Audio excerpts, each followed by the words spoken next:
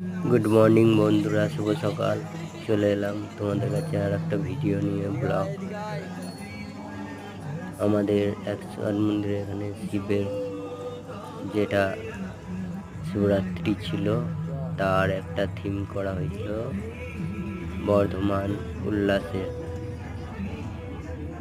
দেখো কেমন লেগেছে বলবে কমেন্ট করে, পারলে চ্যানেলটা সাবস্ক্রাইব করে দিয়ে যাও, তোমাদের ভালোবাসা থাকলে।